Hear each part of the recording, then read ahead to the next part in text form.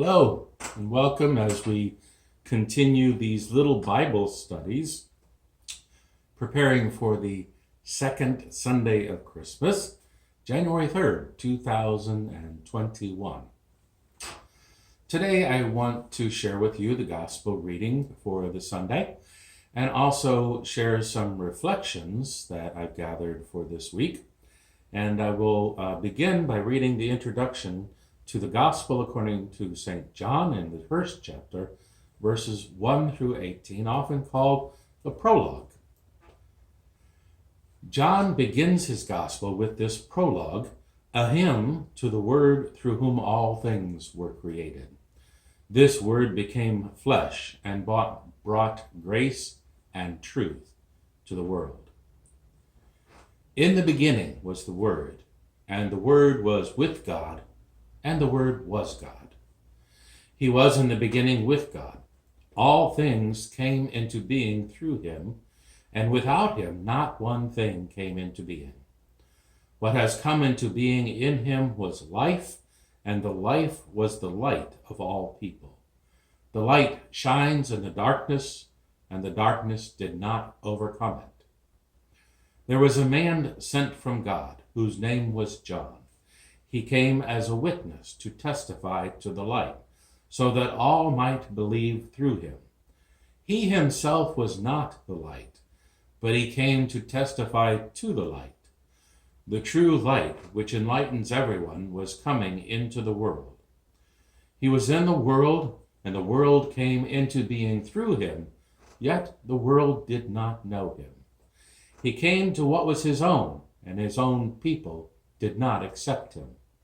But to all who received him, who believed in his name, he gave power to become children of God, who were born not of blood, or of the will of the flesh, or of the will of man, but of God. And the Word became flesh, and lived among us, and we have seen his glory, the glory as of the Father's only Son, full of grace and truth. John testified to him and cried out, "This was he of whom I said, 'He who comes after me ranks ahead of me, because he was before me.' From his fullness we have all received grace upon grace. The law indeed was given through Moses. Grace and truth came through Jesus Christ. No one has ever seen God. It is God, the only Son, who is close to the Father's heart, who has made him known." Here ends the Gospel reading. Praise to you, O Christ. Each of the four Gospels begins with an account of Jesus' origins. Mark introduces Jesus as an adult, telling us that Jesus was a man from Nazareth, whose advent fulfills the arrival of God's salvation, as foretold by the prophet Isaiah. Matthew and Luke's narratives begin earlier still, rooting Jesus' very conception and birth in the prophecies of old and God's will to deliver humanity. John, however, pushes his account of Jesus, the Word, back to the beginning of creation itself. Before anything else had been created, Jesus was. Jesus, as the divine Logos, which is Greek for word, was not only with God in the beginning, Jesus is God. To further stress the centrality of Jesus in God's identity and purpose, John's prologue also claims that creation itself originated through his life-giving agency. John says, apart from the Word, not one thing came into being. This reading has been very important in shaping Christian conceptions of Jesus' divinity, the incarnation, that is, the Word made flesh, and also the Trinity.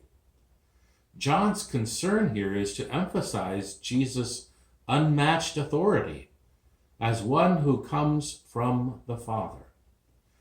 Jesus originates from God in an apostolic sense as one who is sent, and also in a supernatural sense, supernatural being used in a good way, not in a scary way. To borrow from some familiar terminology, John presents Jesus here as of one being with God. As this story unfolds, John will continue to stress that to see Jesus really is to see the Father. Therefore, when doubting Thomas, as we've come to know him, finally comes to terms with the reality that Jesus truly is alive, risen from the dead, Thomas' confession serves as a kind of fitting framework within this gospel opening. His confession was, "My Lord and my God." Other ideas also speak to Jesus' purpose as the Word of God. John stresses that the world came into being through him, verse 10. Jesus was integral in the formation of the earth and all creatures. John presents Jesus as the source of revelation and grace for humankind. Jesus is the true light which enlightens everyone. Reflecting God's glory, he is full of grace and truth. Also, it is the world's tragic rejection of Jesus has another theme. Jesus was in the world, and the world came into being through him, yet the world did not know him. He came into what was his own, and his own people did not accept him. Verses 10 through 11. And finally, John reveals the divine Word became incarnate among us within humanity. And the Word became flesh and dwelt among us. Verse 14.